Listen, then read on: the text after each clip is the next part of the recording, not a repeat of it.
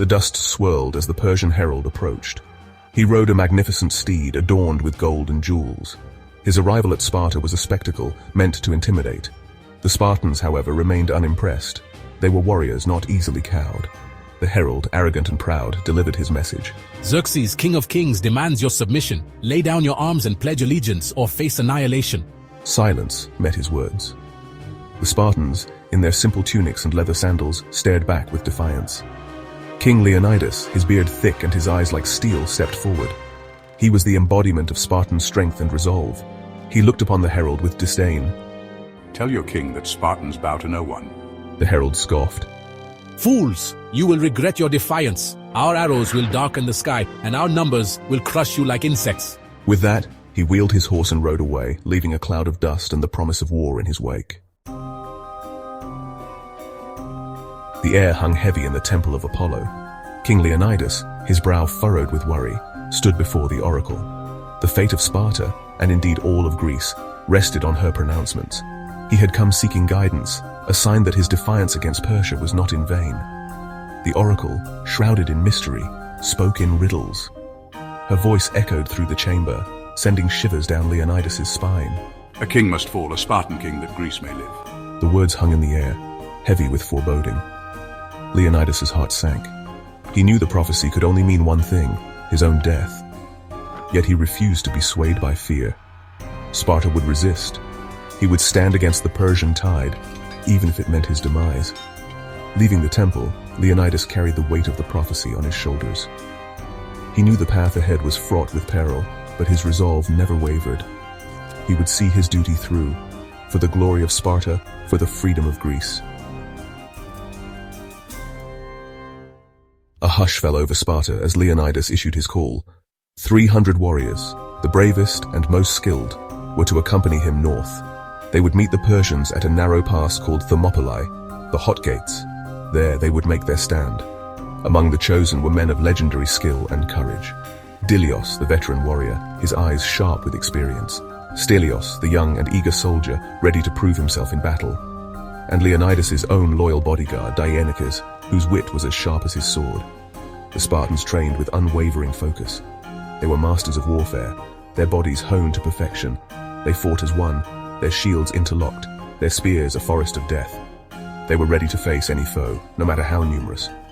As Leonidas surveyed his men, a surge of pride filled his chest. These were Spartans.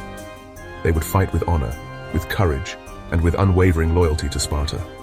They would make their city proud, even in the face of overwhelming odds. The rugged terrain of Thermopylae stretched before them. Towering cliffs rose on either side of a narrow coastal path, creating a natural bottleneck. This was the place, the Hot Gates, where the Spartans would make their stand against the Persian horde. Leonidas surveyed the pass with a strategic eye. He positioned his men carefully, utilizing the terrain to their advantage. The narrow passage would negate the Persian advantage in numbers, forcing them to fight on Spartan terms. The Spartan phalanx, a wall of shields and spears, formed a formidable barrier. Behind their defenses, the Spartans awaited the Persian onslaught. They were outnumbered, outmatched, but not outmatched in spirit. They were Spartans, and they would not yield. As the sun beat down on the Hot Gates, a sense of anticipation hung heavy in the air. The clash was imminent, the fate of Greece hanging in the balance. The Spartans, their faces grim but resolute, stood ready. Let the Persians come. A shadow fell over the Spartan camp. It was Ephialtes, a deformed local goatherd, his eyes filled with fear and desperation. I have information, vital information, that could change the course of the battle. He knew of a secret path, a goat track that bypassed the Hot Gates. Leonidas listened intently as Ephialtes revealed his knowledge. The goat track, it would allow the Persians to outflank you, rendering your defense useless. It was a betrayal, a dagger in the back that could spell doom for the defenders of Greece. A heavy silence followed Ephialtes' revelation. The Spartans, their faces etched with concern, grasped the gravity of the situation. Our advantage, our strategic position, is now compromised. The Persian threat loomed larger than ever. Leonidas, ever the strategist, considered his options. I could withdraw, save my remaining men, or I could stay, fight to the bitter end, buying time for the rest of Greece to rally. His decision, he knew, would have far-reaching consequences. The ground trembled as Xerxes, the self-proclaimed King of Kings, surveyed the battlefield. His eyes scanned the horizon, taking in the vast expanse of land and the countless soldiers under his command. His massive army stretched as far as the eye could see, a testament to his power and ambition. Yet, he was frustrated. Despite his overwhelming numbers, the Greeks had managed to hold their ground. The Spartans, those defiant Greeks, still held the pass at Thermopylae. Their resilience and determination were legendary, and they showed no signs of wavering. Seeking a swift end to the standoff, Xerxes sent a message to Leonidas. He hoped that a generous offer might sway the Spartan king. His offer: surrender your weapons, bend the knee, and you will be spared. Xerxes promised wealth, power, and safety in exchange for their submission. Become vassals of the Persian Empire and live to see another day. The terms were clear, and the choice seemed simple. Spartans, Xerxes offers us a choice, slavery or death. What say you? The words echoed through the ranks, stirring the hearts of the warriors. Leonidas, holding the message in his hand, scoffed. The very idea of surrender was laughable to him. The very notion of surrender was anathema to a Spartan. They were raised to fight, to protect their land, and to uphold their honor. They lived and breathed for battle, for glory, for the defense of their homeland. Their entire existence was dedicated to these principles. Surrender was not an option. It was a fate worse than death. The response was immediate, a thunderous roar that echoed through the pass. Their defiance was clear and unmistakable. Molon Lab, come and get them. The challenge was issued, bold and unyielding. The battle cry, defiant and unwavering, was their answer to Xerxes' offer. It was a declaration of their resolve. They would fight and they would die as free men. Their legacy would be one of courage and unyielding spirit.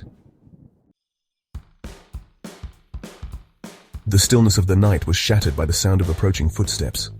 Ephialtes' betrayal had come to fruition. The Persians, guided by the treacherous goatherd, were using the goat track to outflank the Spartans. Leonidas, alerted to the Persian movement, knew the end was near. His small force was surrounded, outnumbered, their strategic advantage lost. Yet there was no despair in his eyes, only a steely resolve. He gathered his remaining men, their faces grim but determined. They would make their final stand here at Thermopylae. They would fight with every ounce of strength, every last breath for Sparta, for Greece. Remember this day, Spartans. Remember why we fight.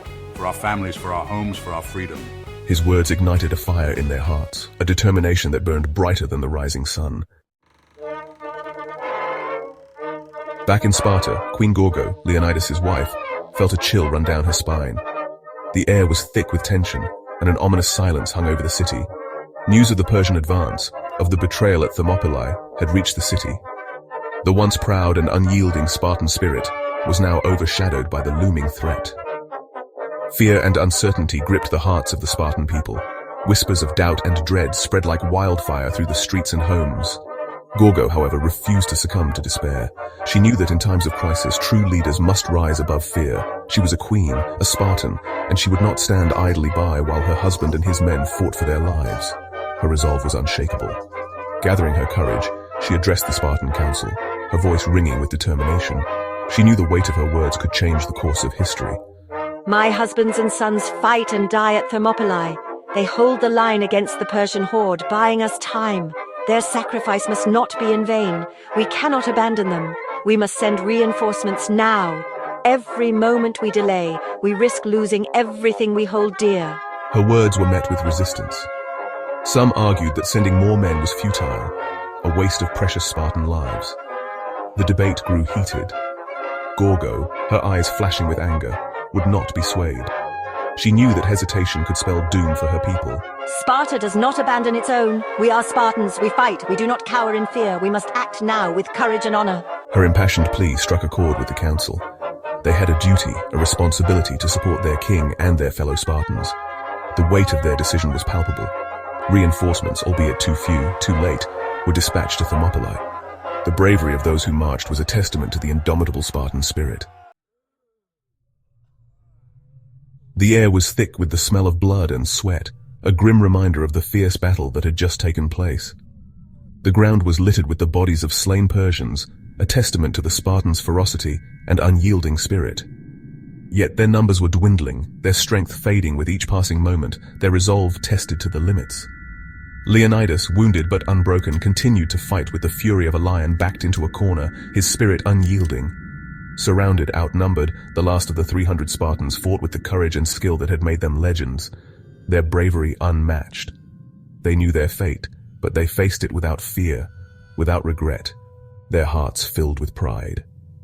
They would die as they lived, as free Spartans, their legacy etched in history. As the sun began to set on the battlefield of Thermopylae, silence fell, a somber end to a day of valor. The last of the 300 had fallen, their bodies a monument to their unwavering courage and sacrifice. They had bought time for Greece, their sacrifice paving the way for a united Greek resistance, a beacon of hope. The stand of the 300 Spartans at Thermopylae became a rallying cry for the Greek city-states, a call to arms. Inspired by their courage, their unwavering defiance, the Greeks united against their common enemy, ready to defend their homeland. The Persian invasion would be repelled, and Greece would remain free, a testament to the power of unity and resolve. The sacrifice of the 300 had not been in vain, their legacy living on in the hearts of their countrymen. It had sown the seeds of unity, of defiance, and ultimately of victory, a new dawn for Greece.